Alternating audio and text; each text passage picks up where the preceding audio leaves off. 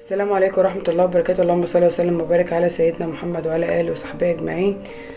النهاردة هعمل معاكم تسييح القشطة. القشطة دي أنا محوشاها من اللبن، بكون غلياه، بحن عيناه في علب الفريزر ديت زي ما انتوا شايفين اهي.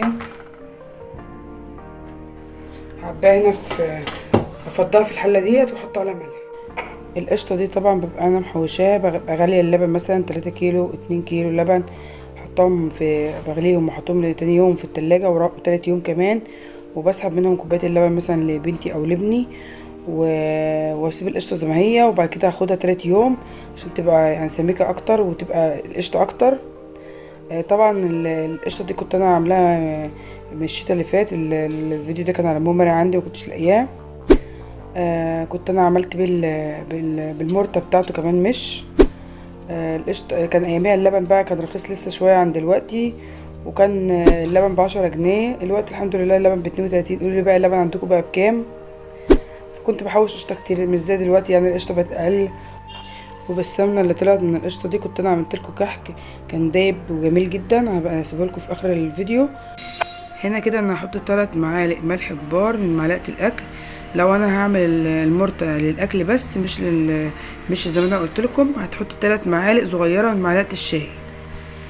هنا كده انا حطها على الشعله الكبيره ومعليه النار في اول بس عشان القشطه سايحه معايا. هنا بقلب ايدي فيها بالتقليب باستمرار زي ما انتم شايفين اهيت. انا بوريكم ان هي المرته بدات تبقى قطع باينه في القشطه، ولازم ايدك تبقى فيها. يعني انا ببقى عامله القشطه ديت مثلا وانا بعمل حاجه كمان على البوتاجاز، كنت انا عامله مثلا معاكم مربى جزر. هنا هبقى انزلها لكم فيديو تاني منفصل، بحيث ان انا ايدي تبقى في حاجه وانا بعمل مثلا بغسل مواعين. هنا كده زي ما انتم شايفين القشطه بعد نص ساعه على نار عاليه، طبعا بوطي عليها النار شمعه وايدي فيها تقليب جامد. ولو انت لسه اول مره تعملي القشطه ديت، يا ريت بلاش تعمليها في حله ستانلس واعمليها في حله الومنيوم عشان تبقى اول مره بس تعرفي ما تتلطعش منك من الارضيه. لازم ايدك فيها في الارضيه بالذات تقلبي فيها كويس جدا. هنا زي ما انتم شايفين المرته بدات تغمق اكتر، هنا بدأت السمنه بتبان اكتر. لو انت معاكي مثلا كميه قشطه كتير ممكن تقفلي عليها نص ساعه تبرد، هتلاقي السمنه بدأت تبان معاكي زي الفيديو ده كده قدام منك اهيت، وبدأت تبان ان لون السمنه. هتعلقي عليها تاني وتوطي عليها شمعة زي ما انا قلت لك في اول فيديو، لحد ما السمنه تبقى قدامك باللون الدهبي جميل ده.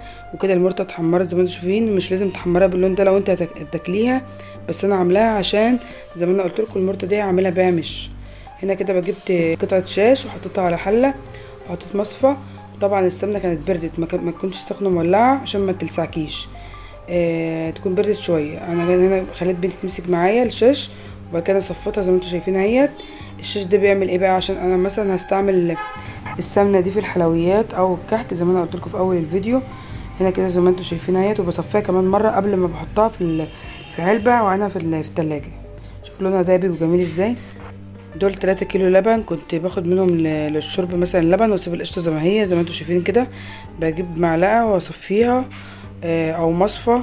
المهم بصفي اللبن كويس زي ما انتم شايفين كده. انا بحاول ان انا اصفيه قدامكم اهو كويس عشان كل ما تكون القشطه متصفيه من اللبن ما تاخدش معاكي وقت كبير في ان انت تعمليها على النار. هنا كده انا حطيت اللبن بقيته في علبه 2 كيلو. ده بوريكم ان القشطه ديت ربع العلبه اهيت كان حوالي من 3 كيلو او 4 كيلو لبن مش فاكره بالظبط. هنا كده انا خدت حوالي كوبايه لبن على المرته وضربتها في الخلاط ناعمه جدا لحد ما بقت زي ما انتم شايفينها هي زي اللي بتتباع بره بالظبط، بس طبعا انا عاملاها غامقه زي ما انا قلت لكم، وكمان حادقه عشان تبقى للمش. هنا كده بحطها في العلبه واحفظها في التلاجة. هنا كده شوفوا زي ما انتم شايفين القشطه والسمنه لونها دهبي جميل والمرته واللبن. هنا لو عجبك الفيديو ما تنسيش بلايك واشتراك وتفعيل الجرس فضلا وليس امرا. السلام عليكم ورحمه الله وبركاته. السلام عليكم. لا تنسوا الاعجاب بالفيديو والاشتراك في القناة تشجيعا لنا لنستمر بنشر المزيد إن شاء الله.